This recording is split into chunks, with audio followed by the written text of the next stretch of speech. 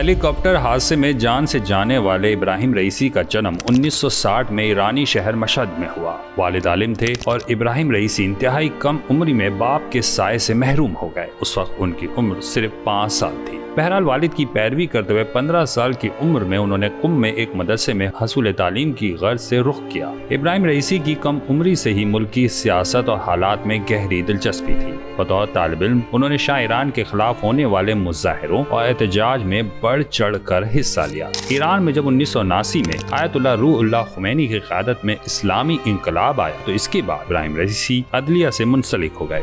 کئی شہروں میں پروسیکیوٹر رہے۔ اس عرصے میں وہ آیت اللہ خامنائی کی زیر تربیت بھی تھے۔ ان کی قابلیت اور ذہانت کا اندازہ یوں لگائیں کہ جب انہیں تہران میں ڈپٹی پروسیکیوٹر بنایا گیا تو اس وقت ان کی عمر صرف 25 برس تھی۔ اس عہدے پر رہتے ہوئے ابراہیم رئیسی نے ان 4 ججوں میں سے ایک کی حیثیت سے خدمات انجام دی جو 1988 میں قائم ان خفیہ ٹریبیونلز کا حصہ تھے جو کہ دیٹ کمیٹی کے نام سے مشہور ہوئے۔ آیت اللہ علی خامنائی کے نئے سپریم لیڈر منتخب ہونے کے بعد ڈاکٹر ابراہیم رئیسی کو نئے چیف جسٹس محمد نے تہران کا پروسیکیوٹر مقرر کیا اور وہ 1989 سے 1994 تک اس عہدے پر رہے، جبکہ 1994 میں انہیں جنرل انسپیکشن آفس کا سربراہ مقرر کیا گیا۔ ابراہیم رئیسی 2014 میں ایران کے پروسیکیوٹر جنرل مقرر ہونے سے پہلے تہران کے پروسیکیوٹر اور پھر اسٹیٹ انسپیکٹوریٹ آرگنائزیشن کے سربراہ اور عدلیہ کے پہلے نائب سربراہ کے طور پر کام کر چکے تھے۔ 2 سال بعد آیت اللہ خامنائی نے انہیں ایران کی سب سے اہم مذہبی تنظیموں سے ایک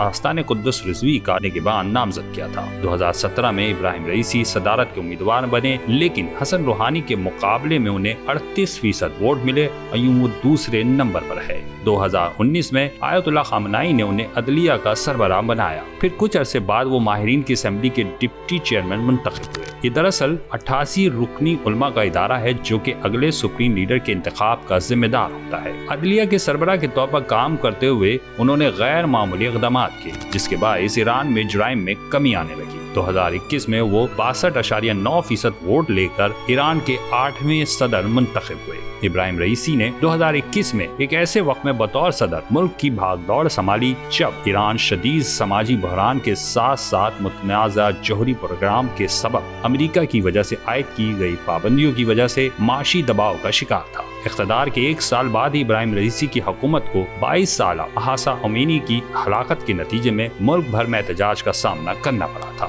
گزشتہ سال مارچ میں خطے کی سیاست میں اس وقت ہلچل مچی جب ابراہیم رئیسی کی حکومت نے پرانے حریف سعودی عرب کے ساتھ اپنے تمام تر تعلقات کو حل کرنے پر رضامندی ظاہر کی اور یوں 7 سال بعد دونوں ممالک نے سفارتی تعلقات بحال کر دیے۔ خارجہ پالیسی میں ابراہیم رئیسی علاقائی خود مختاری کے حامی تصور کیے جاتے ہیں۔ امریکی فوج کے انخلا کے بعد انہوں نے افغانستان میں استحکام کی حمایت کی اور کہا کہ افغان سرحد کے اطراف داعش جیسے کسی بھی دہشت گرد گروپ کو پیر جمانے نہیں دیا جائے۔ اسی طرح غزہ میں 7 اکتوبر کو شروع ہونے والی جنگ نے خطے میں تناؤ میں ایک مرتبہ پھر اضافہ کر دیا تھا اور اپریل 2024 میں ایران نے اسرائیل پر براہ راست 300 سے زیادہ میزائل اور ڈرونز فائر کیے۔ اتوار کے دن ہیلی کاپٹر حادثے سے چند گھنٹے قبل ابراہیم رئیسی نے ایک بار پھر فلسطینیوں کے لیے ایرانی حمایت کا اعلان کیا تھا۔ رواں سال اپریل میں ہی صدر ابراہیم رئیسی نے پاکستان کا 3 روزہ دورہ کیا جس میں دونوں ملکوں نے باہمی تجارت $10 ارب تک بڑھانے کا عہد کیا۔ ابراہیم رئیسی کی شریک سفر جمیلہ تہران کی شاہد بہشتی یونیورسٹی میں پڑھاتی ہیں اور ان کی 2 بیٹیاں ہیں۔ ان کے سسر آیت اللہ احمد علم الہدا ہیں جو مشہد میں نماز جمعہ کی امامت کرتے ہیں۔